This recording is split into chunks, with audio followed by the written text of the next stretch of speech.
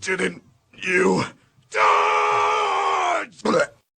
Over the past month, I finally watched all 54 episodes of the original Digimon Adventure series. It's something I've wanted to do for over 20 years, since I could only catch bits and pieces on VHS tapes and cable television as a kid. And much like the adventure of the Digidestined kids, my viewing experience was filled with ups, downs, good action, bad action, cringe, emotion, and plenty of bathroom breaks. I'm a skeleton, and welcome to this revisiting / tribute to the series that was a major part of many childhoods. Show was on and I was really stoned all the time, and you'd come on and I was like, Digimon, digital monsters, Digimon are the champions, and I was like, this is kind of catchy. It is catchy. I did. Digimon. Now that's how you make a good first impression. The American version of the opening is catchy, and the English team working on the show knew it, using it for the endings and for digivolving too. Oh, by the way, hi Warner Music Group, I'm using your property again. It's a song that hasn't been relevant or used in many years, but sure, feel free to make a few cents off of my work. Of course, I can't forget to mention Butterfly, the original Japanese opening.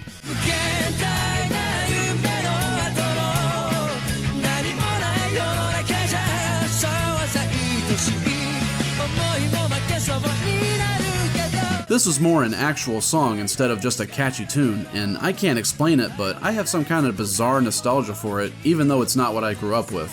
Incidentally, the Spanish opening kept the Butterfly song, but rewrote the lyrics. It's not half bad. I especially like when he sings Digimon at the end.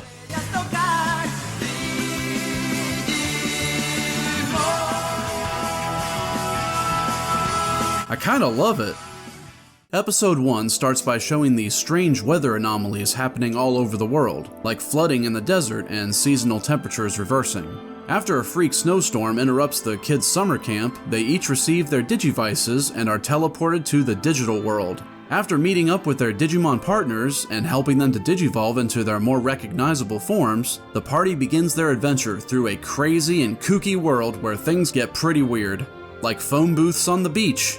Hey Mom, it's me. At the town, the time will be exactly 45 miles per hour and 90 seconds. Something's wrong or Mom's flipped. A random fridge filled with eggs. Oh, come on, that's ridiculous. Whoa, eggs! Man, it's a wonder these kids got through this journey without getting botulism. And poop-throwing slime monsters called Numemon. Yeah, Digimon has always had this weird thing with feces. There is a shocking number of enemies that either look like crap or attack with it. I won't budge! Oh god, Mimi, look, I get you felt the need to assert yourself, but this is not how you do it. Digimon Adventure's strength lies not only in its numerous well-designed and memorable monsters, but also in how the characters are written. Some are better characterized than others, but if you were to read me a line from the show, I could likely tell you who it was written for. Tai is the kind of kid who isn't afraid to lead. He's a very energetic and positive guy, though he can be dumb and quick to anger at times. Matt's the cool guy of the group, generally having a down-to-earth attitude and being extremely protective of his little brother TK. Why don't you use a stick? How did you come up with that, Matt? Because I'm the man. You are the man, Matt. I don't even mind the whole harmonica thing. I always love whenever Izzy has something to say.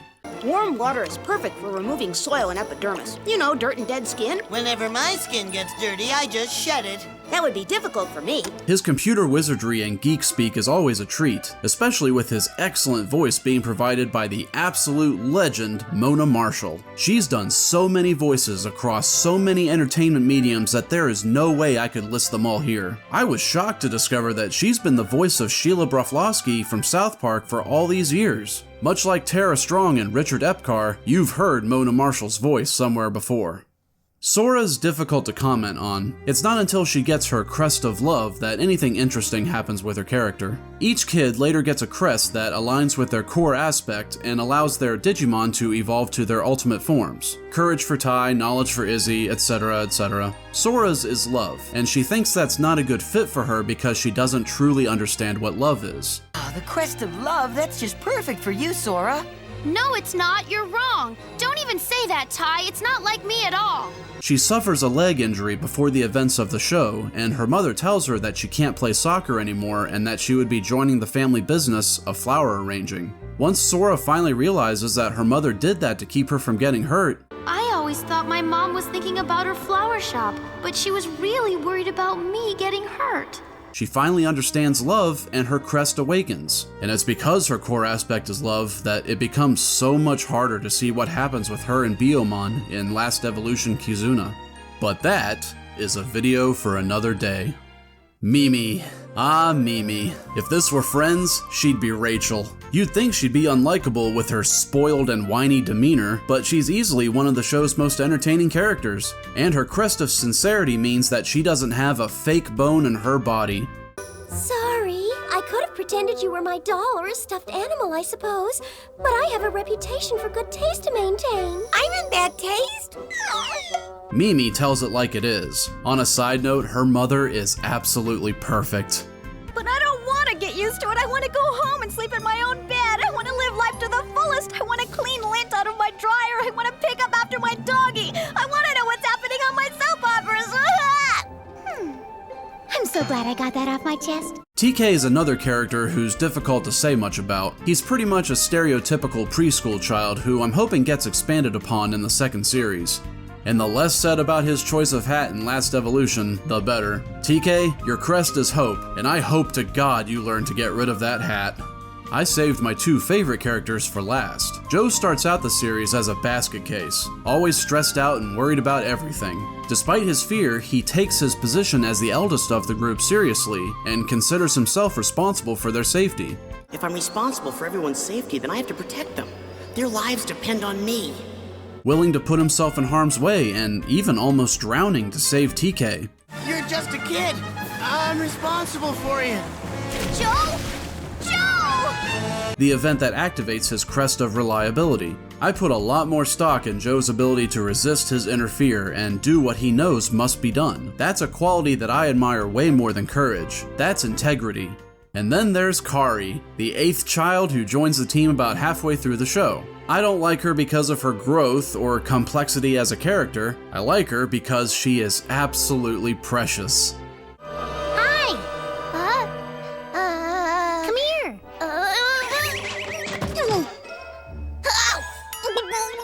And her partner Gatomon winds up being the most interesting Digimon character in the show. Besides staying at the champion level, unlike the others who usually stay as rookies, she was abused by Myotismon into serving him and almost kills Kari, but she can't bring herself to do it. Later it's learned that each of the Digimon partners were made to join the kids, but Gatomon got separated and grew up alone. It's nice seeing her finally find a loving friend in Kari, but she does lose a lot of her personality once she becomes a part of the team.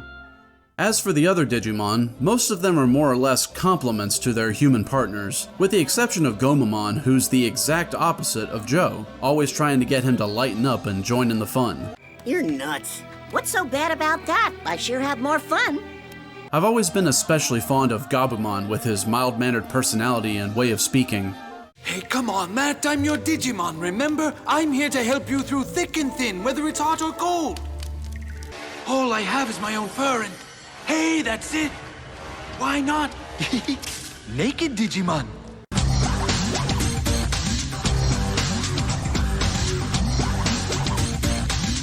I said that one of this show's strengths are its memorable monsters, and I meant it. Leomon and Ogremon are two of the baddest dudes you'll ever see, and clearly the designer was a fan of Red Earth, or Warzard, whichever you prefer. Ogremon ends up becoming an ally by the end of the show, becoming a very likable character in the process. You are sure you can handle it, little guy? Machinedramon is rad, and he is surprisingly ruthless. Let me reward you for helping me locate the Digidestined. Devimon, the show's first major antagonist, is written pretty generically, but when Edamon shows up afterward, he steals the show. Now, let's get something straight, sonny boy. I'm the monarch of rock and roll. Your jobs make me happy. His Elvis impersonation and snappy dialogue easily makes him the show's best villain. Those right kids beat me again. Oh, I gotta find something easier to beat, like some cardboard boxes or something. A shame he doesn't get nearly enough screen time. Speaking of impersonations, that's something the English team had some fun with for a few villains. Cherrymon is an impersonation of the Godfather. Young man, didn't anyone ever tell you you should listen to your elders? Or was it Redwood you should listen to? I can never quite get those two straight.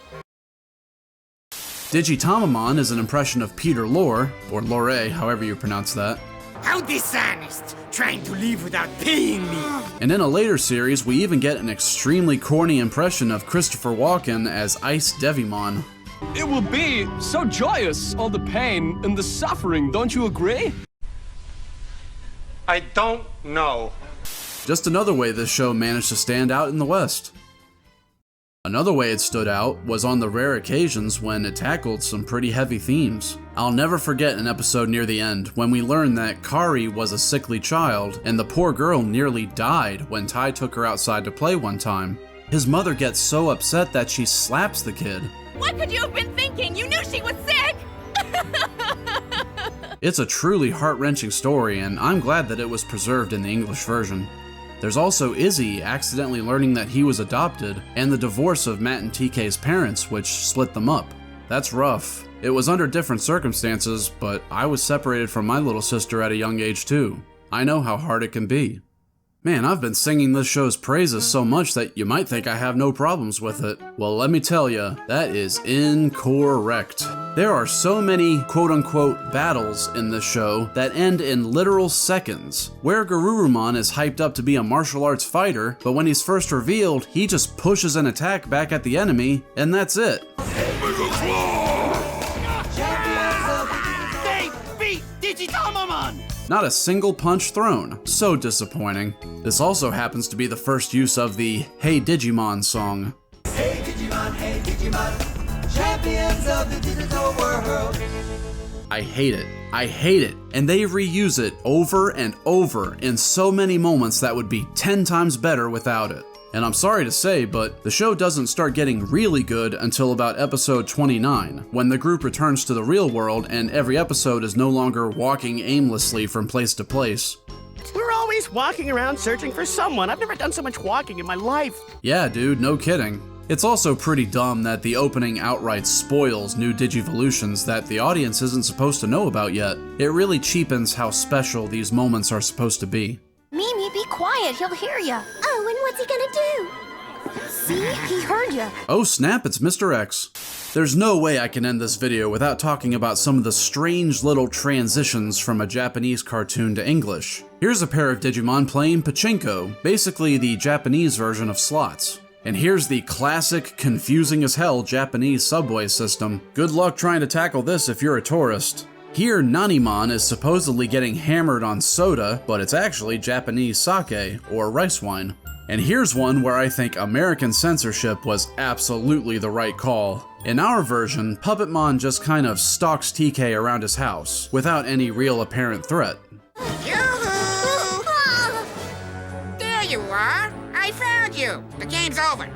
But in the original, oh my god, you are not gonna believe this. He stalks TK wielding a .44 Magnum loaded with dum-dum bullets, also known as hollow point rounds that are banned for use in war because of how destructive they are. Satsuki! Jesus Christ, Japan! A little violent for a kid's show, don't you think? Geez, I need a palate cleanser after that. Here's a few clips that genuinely made me laugh. Action between the two. What's the matter? Hey! Stop the car! Gotcha! Let me go! Let me at her! I've been living a lie. You're not a real blonde? No! Sorry if I gave you a Reggie. Me either. Maybe I can reprogram her if I pull out her safety mechanism. I don't care about ice cream.